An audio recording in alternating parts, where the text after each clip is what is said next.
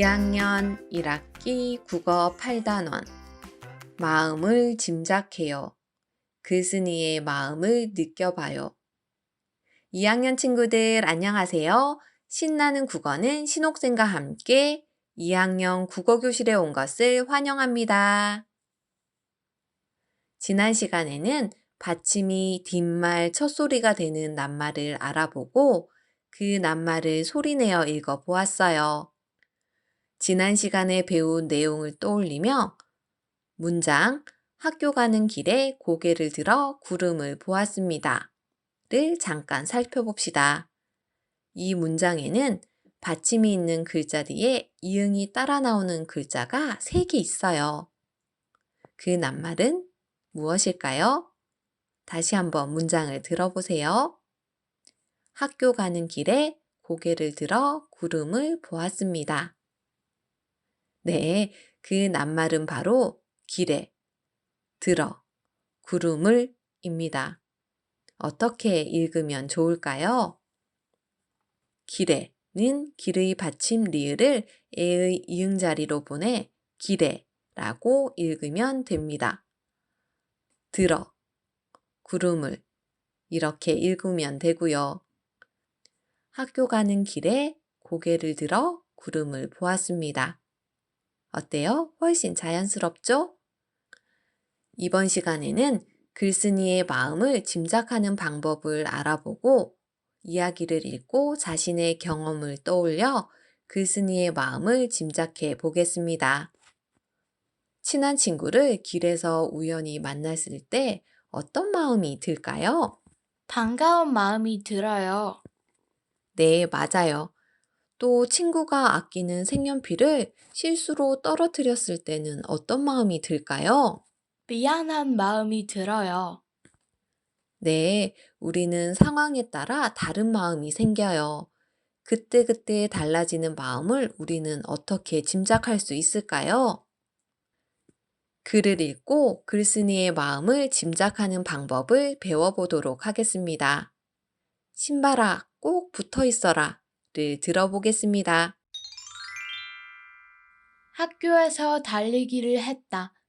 결승점이 얼마 남지 않았는데 그만 신발이 벗겨지고 말았다. 으악! 내 신발!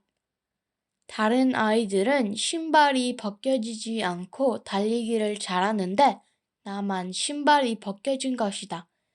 신발아, 앞으로는 내 발에 꼭 붙어 있어라. 특히 달리기 할 때. 어머, 달리기를 할 때 신발이 벗겨졌군요. 글쓴이의 마음을 짐작하기 위해 우리는 이런 비슷한 경험이 있었는지 자신의 경험을 한번 떠올려 보아야 합니다. 나연이는 글쓴이와 비슷한 경험을 한 적이 있나요? 네, 저도 달리기를 할 때 신발이 벗겨진 적이 있었어요. 저는 누가 볼까봐 너무 부끄러웠어요. 나연이처럼 글쓴이와 비슷한 경험을 떠올려 보면 글쓴이의 마음을 짐작할 수 있어요. 선생님, 또 하필 결승점이 얼마 남지 않았는데 신발이 벗겨져서 너무 속상했을 것 같아요.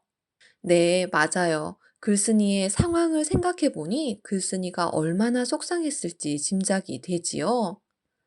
또 글쓴이가 신발아, 앞으로 내 발에 꼭 붙어 있어라 라고 신발에게 부탁하는 말을 들으니 또 그런 일이 있을까봐 걱정하는 글쓴이의 마음도 느껴져요. 글을 읽으며 글에 나타난 말과 행동, 마음을 나타내는 말을 살펴보면 마음을 짐작할 수 있답니다. 글쓴이의 마음을 짐작하기 위해 소영이의 일기 일부분을 들어보도록 하겠습니다. 글에 나타난 말과 행동, 마음을 나타내는 말을 살펴보며 소영이의 마음을 짐작해 봅시다. 나는 자전거를 보며 말했다. 오늘은 꼭 성공할 거예요. 점심을 먹은 뒤에 어머니와 함께 놀이터로 나갔다. 어머니께서는 뒤에서 자전거를 잡아주셨다. 균형을 잡으려고 애썼지만 자전거가 자꾸만 쓰러지려고 했다. 잠깐 쉬고 있으면 어머니께서는 계속 이렇게 외치셨다. 자, 출발! 나는 정말 힘들었다. 그래도 자전거 타는 방법을 빨리 배우고 싶은 마음에 열심히 페달을 밟았다. 그런데 가만 보니 어느새 어머니께서 멀리 떨어져서 달려오고 계셨다. 우와! 제가 지금 혼자 타고 있는 거예요? 그럼 아까부터 그랬단다. 어머니께서 미소를 지으셨다. 야호! 하늘로 붕 떠오르는 기분이 들었다. 어머니와 나는 손이 아플 정도로 손뼉을 마주쳤다. 저녁 때가 다 되어 집으로 돌아왔다. 자전거를 혼자 탈 수 있게 되어 참 뿌듯했다. 와, 소영이가 드디어 자전거를 혼자 탈 수 있게 되었네요. 소영이의 마음이 어떨지 한번 짐작해 봅시다. 선생님이 글쓴이의 마음을 짐작하기 위해 글에 나타난 말과 행동, 마음을 나타내는 말을 살펴보라고 했었지요. 우선 소영이의 말과 행동에서 소영이의 마음을 짐작할 수 있는 부분을 찾아봅시다. 소영이가 야호! 하는 말에서 정말 기뻐하는 것이 느껴졌어요. 네, 맞아요.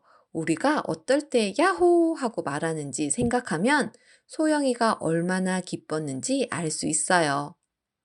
또 어머니와 나는 손이 아플 정도로 손뼉을 마주쳤다 라고 했어요.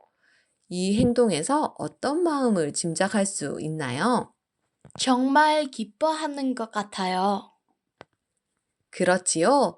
이 행동을 보면 소영이와 엄마의 마음을 짐작할 수 있어요.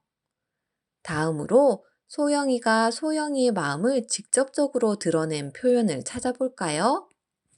하늘로 붕 떠오르는 기분이 들었다 하는 부분이요. 네, 기쁜 마음을 하늘로 붕 떠오르는 기분이라고 직접적으로 표현했어요. 또 자전거를 혼자 탈 수 있게 되어 참 뿌듯했다. 에서 뿌듯했다는 자신의 마음을 직접적으로 표현한 거였어요. 인물의 말, 행동, 마음을 드러내는 표현을 보고 인물의 마음을 짐작해 보았어요. 여기서 한 가지 더, 우리가 소영이의 마음을 더 잘 이해하는 방법은 소영이와 비슷한 경험을 했던 적을 떠올려 보는 거예요. 여러분이 무언가를 열심히 노력한 후에 성공했었던 경험을 한번 생각해 보세요. 어려운 수학 문제를 풀지 못하다가 결국 풀었던 적이 있었어요. 그때 정말 뿌듯했어요. 이렇게 우리는 글 속에 나타난 상황, 글쓴이의 말이나 행동에서 나타난 표현들, 자신의 경험을 바탕으로 소영이의 마음을 짐작할 수 있어요.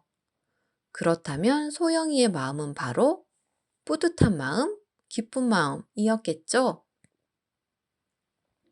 이번 시간에는 글을 읽고 글쓴이의 마음을 짐작해 보았어요.